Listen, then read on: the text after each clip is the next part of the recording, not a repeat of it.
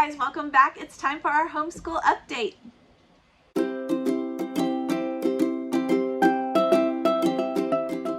Alright guys, welcome back. I'm Laura Wilkie with Down Home with Lemon Pie. If you don't know, maybe this is your first video you're catching or something, I will link below what we're doing for our homeschool this school year. We are studying American history, and you can go to that video, find out all the things we have planned for the whole school year. We also do Sabbath schooling, and that means I do 6 weeks of school with the kiddos, Monday through Friday. We just do about up until noon, and then we usually are done, depending how the morning went, and then we take a week off. So we have had 2 6-week terms so far in our school year. We are coming up on Thanksgiving. We are taking that week off. We actually did 7 weeks so that we could take Thanksgiving week off and not the week before. Okay, so this school year we are doing Story of the World for history. This is the activity book, but I have the little one that we're reading through as well. Okay, so we have been reading through this. We are doing about a chapter a week. So that puts us, we are getting ready to start chapter 13. And you can see about how far that's gotten us, about a third of the way through, give or take maybe? Yeah, a little less than a third of the way through. So we are, we're doing well. We may have to pick up the pace a little bit and do a little bit more of this, but it has little sections that are, if you're not familiar with this, it has little sections, see little headings, and I just read one section per day. So sometimes it's really short. Actually, I just looked, chapter 13 is only one section. So yay, when we start back, we can probably knock out 2 chapters in 1 week, yay.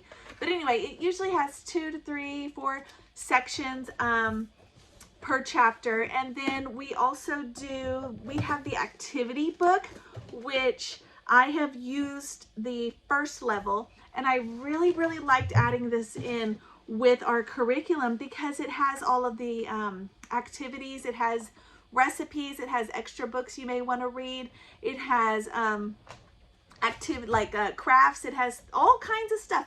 What I did though, I used a viewer tip, thank you viewers, who told me to take the book. It is actually super big. The activity book is actually 2 books. Okay, it's actually this. It's in 1 book. And my wonderful viewers, thank you, said take that, divide it into 2. So the first part of the book is like the how-to, okay? It has like, it's kind of like the teacher manual, right? And then the second part is the student sheets. So I took those, like my awesome viewer suggested, pulled that into a separate book, got them both separately bound, and that has been so much easier because when I need to make a copy, I only have to have this little tiny thing, and when I am teaching, I only have this little tiny thing. So it is so much easier than lugging around the big book. Plus, it wasn't a spiral, and this is so much easier because you can flip it around and hold it, you know. The other one was not like that. It was just regular bound, which is a little challenging. So we are doing, I haven't done a ton of the activities. I am going to give you a disclaimer about that because I started, some of the activities are really great. I'm not going to say for the whole book because I'm still going to use it because it's really great. But I do want to kind of point out that some of the activities are a little weird to me because they seem like they're honoring the wrong part of the story. Okay, so the story might tell me a terrible, like it did actually just a couple weeks ago, told us this terrible story about these fighters in this war and all this stuff, and the people fighting were not the good guys, and it was telling me about this whole thing and how they fought and all this stuff, and then the activity was for the kids to basically reenact the bad guy part, the guerrilla part, the guerrilla warfare part. And I was thinking, what? And why would we teach that? And there was another part where it talked about something that they were using to honor their gods. And then the activity was, it wanted us to create that, like do a craft that represented that. And I was thinking, no, we're not going to do a craft that represents another god. Even if that's what we're trying to learn, we don't need to act it out.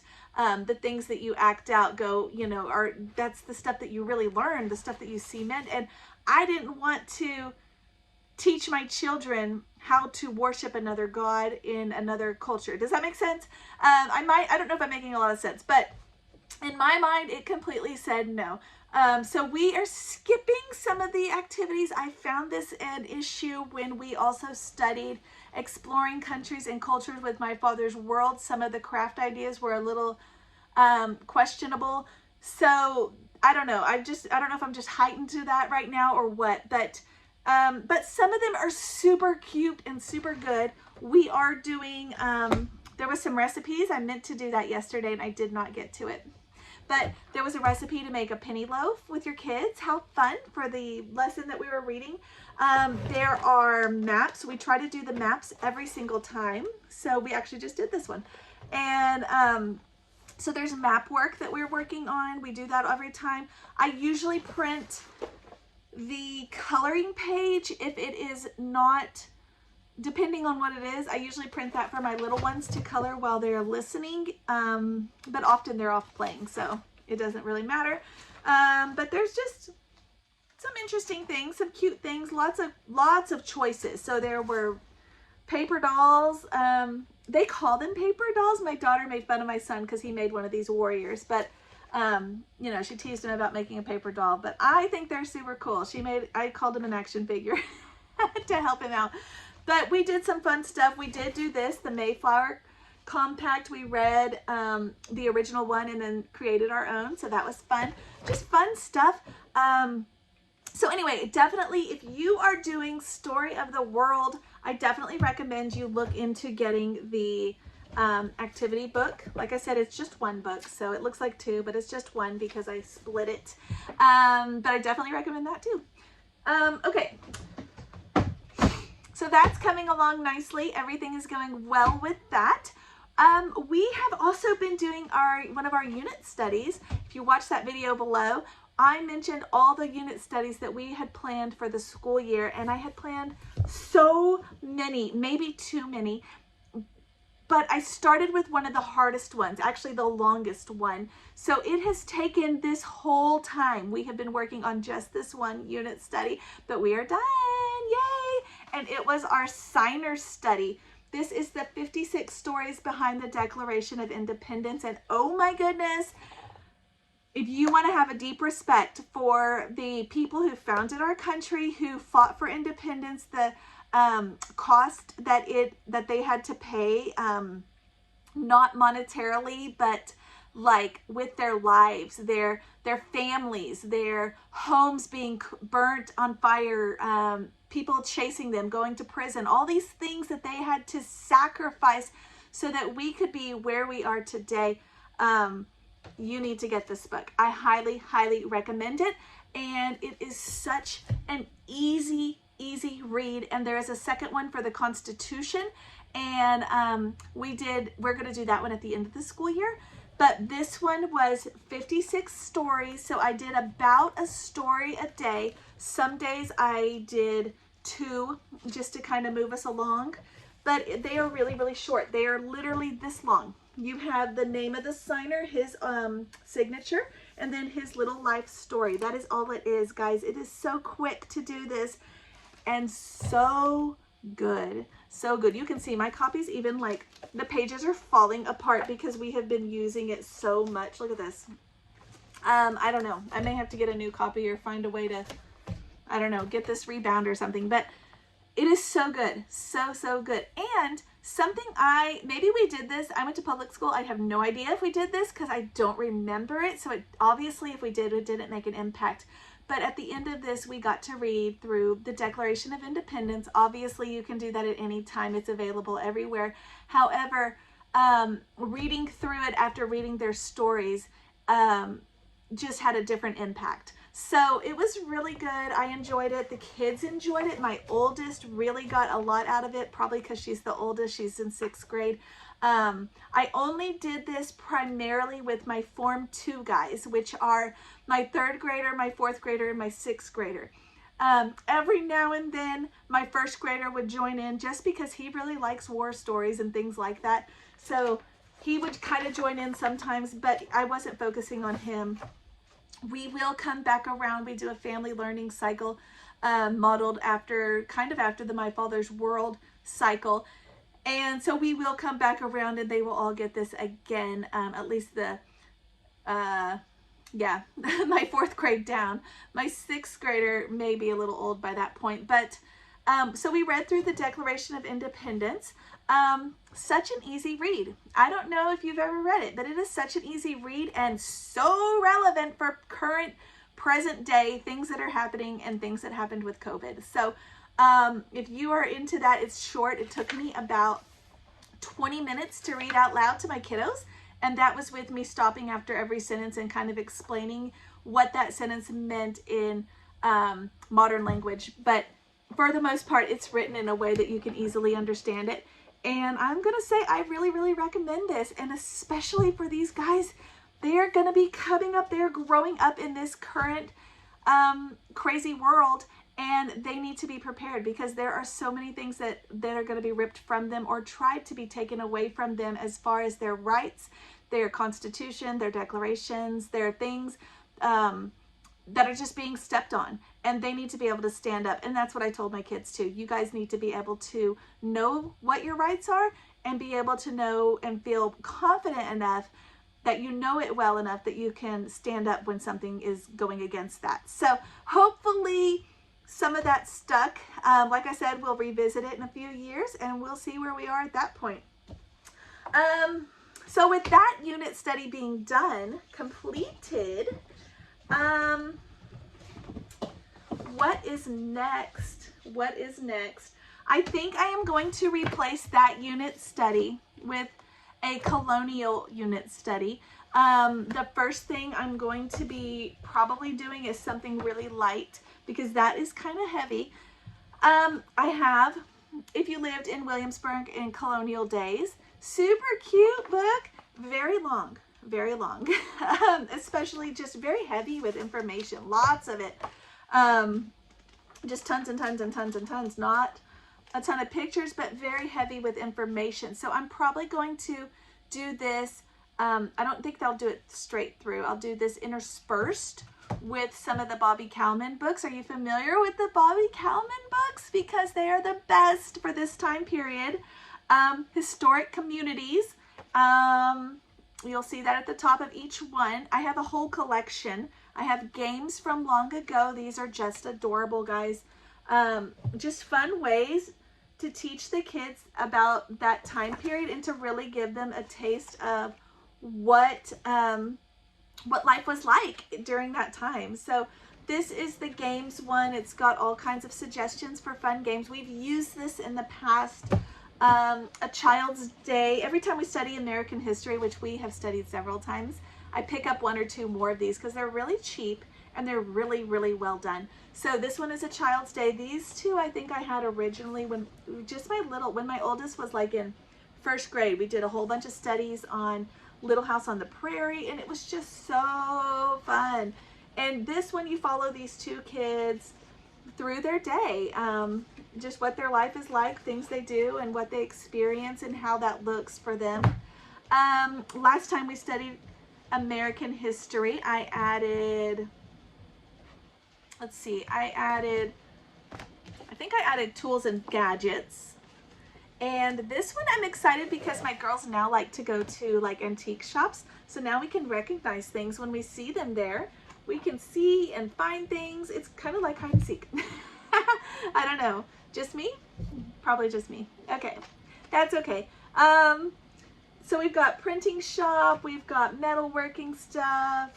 Farm stuff. General store. Cool stuff. There's another one that is all kitchen and I think I need that one too. But anyway, Tools and Gadgets. I added that last time and so we'll go through that one again.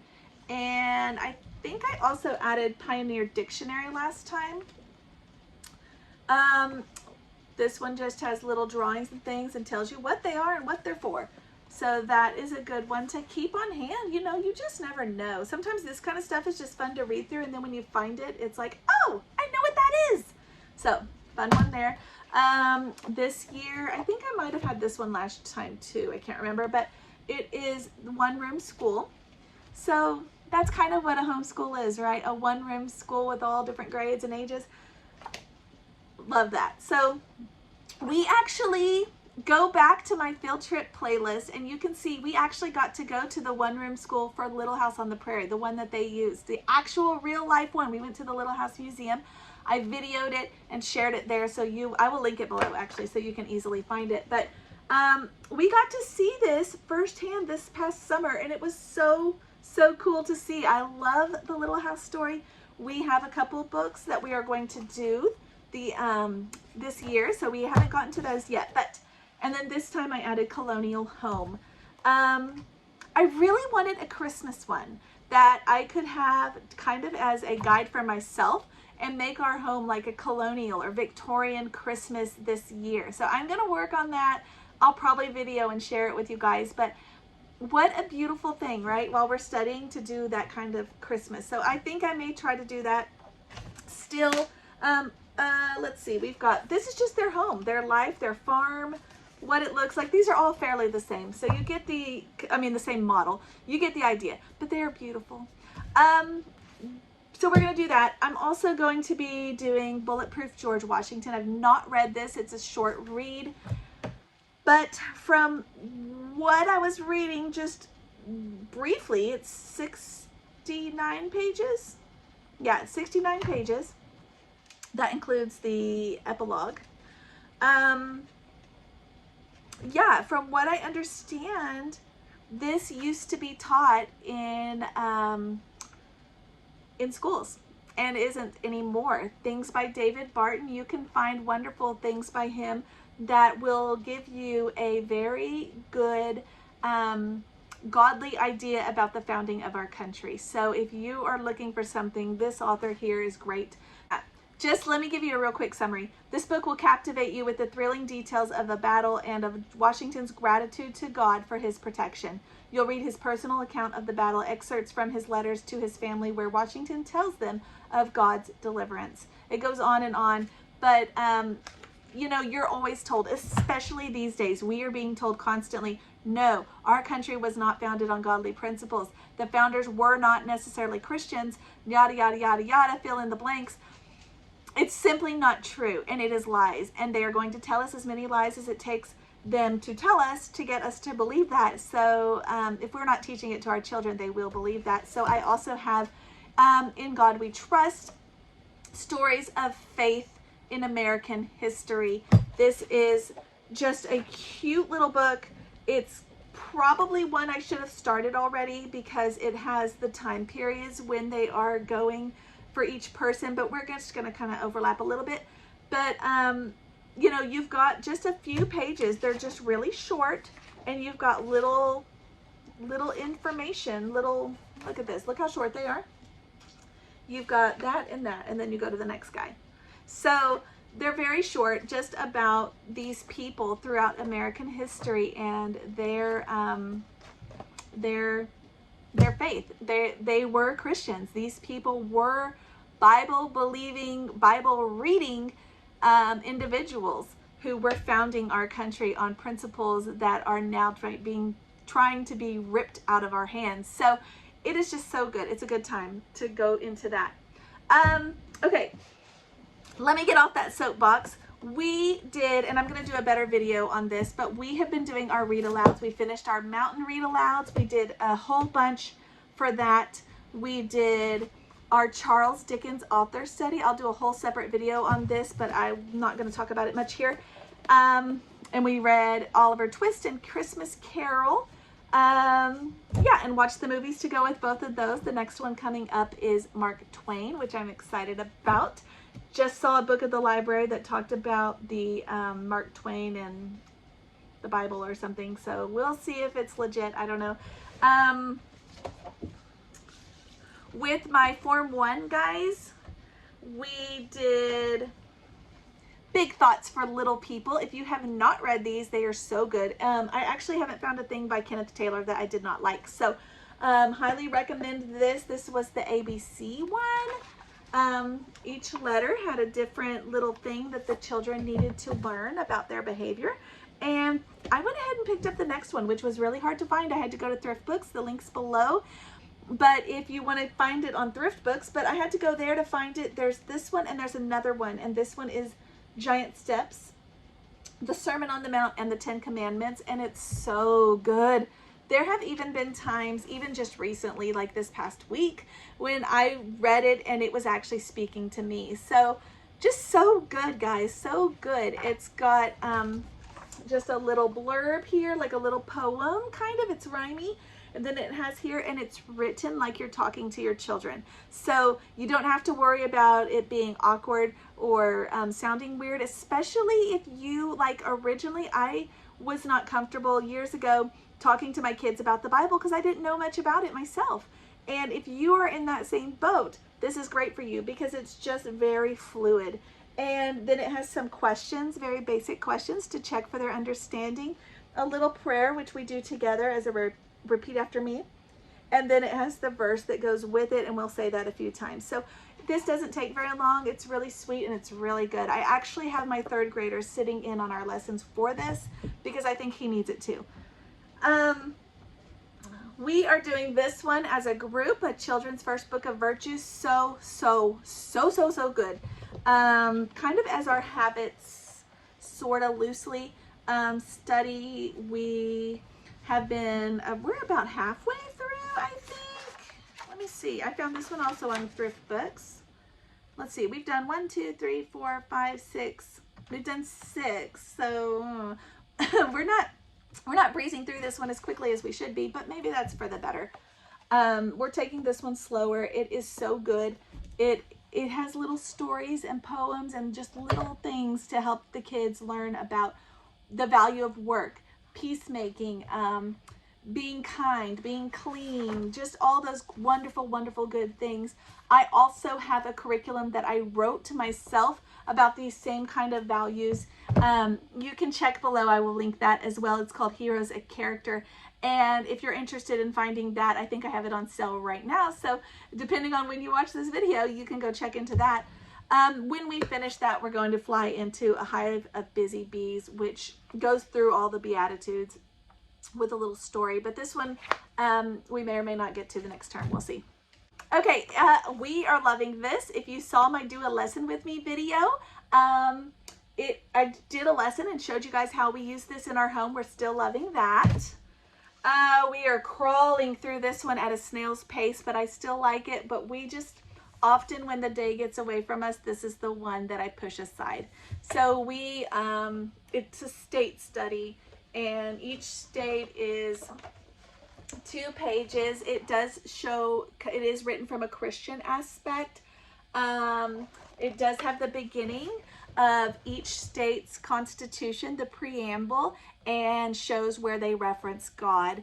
And I make sure to point that every time and to let the children know that each state was ultimately originally founded on godly principles. And it's just something that they need to know, something that needs to be cemented into their minds. So it has fun stuff, places they can go visit, places to see, things, just information. Kind of a loose state study as we are going through. We are trying to learn basic French. Whew, are we in over our head a little bit? But I do want to point out, I love this book here. It's First 1,000 Words in French by Usborne. And the reason I love it is because it's internet linked. That means you can go to their website and you can you search for this book, and then it tells you like these specific pages, and then it has all of these words pronounced for you, like out loud on a little audio clip. So that is very helpful. My children are children and have learned a handful of words. Their very favorite one is la papier hygiénique, which is toilet paper. So for those of you who need a new French word, there you go. That is their very favorite. So it has been fun. We have mostly just learned about things around the house, just really loosely. I am not expecting them to be French, perfect French speakers. But I do want to teach them about different languages. And what that looks like to learn another language, what it sounds like in life.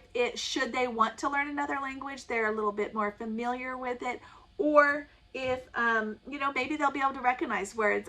Took years of Spanish. I am not a fluent Spanish speaker, but I can kind of pick my way through a paragraph and kind of figure out what it means if I'm seeing it. But again, I took years of Spanish and I could not tell you much Spanish at all. So I don't think that's going to hurt them to have a little bit of an introduction to French. So they chose French. I didn't choose French. We've done other languages in the past. We've done Greek and we've done Latin, the historical languages, and they wanted to do French this year. So that's what we're trying. And it's going well.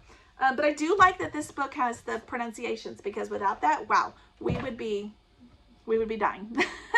So that is a update for our homeschool. That was a lot more information than I intended to give you, but yeah, the American history is so important. I almost think it should be a yearly thing, like as a unit study on the side all the time, because it is so important right now with them trying to take away all of our rights. So I don't know, we may continue that. We may just take some of these books and just continue throughout next year. I don't know what we're going to do, because I do have a lot planned, because there's so much good out there, so much bad out there too. So just watch for that. But anyways, thanks for watching, guys. If you haven't already, subscribe, share the videos. Thanks for keeping up with us and what's going on in our home. Leave me a comment. Let me know what your favorite thing is that you guys have already done this school year.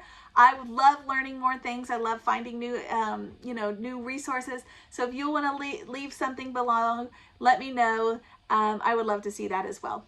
All right, guys, thanks for watching.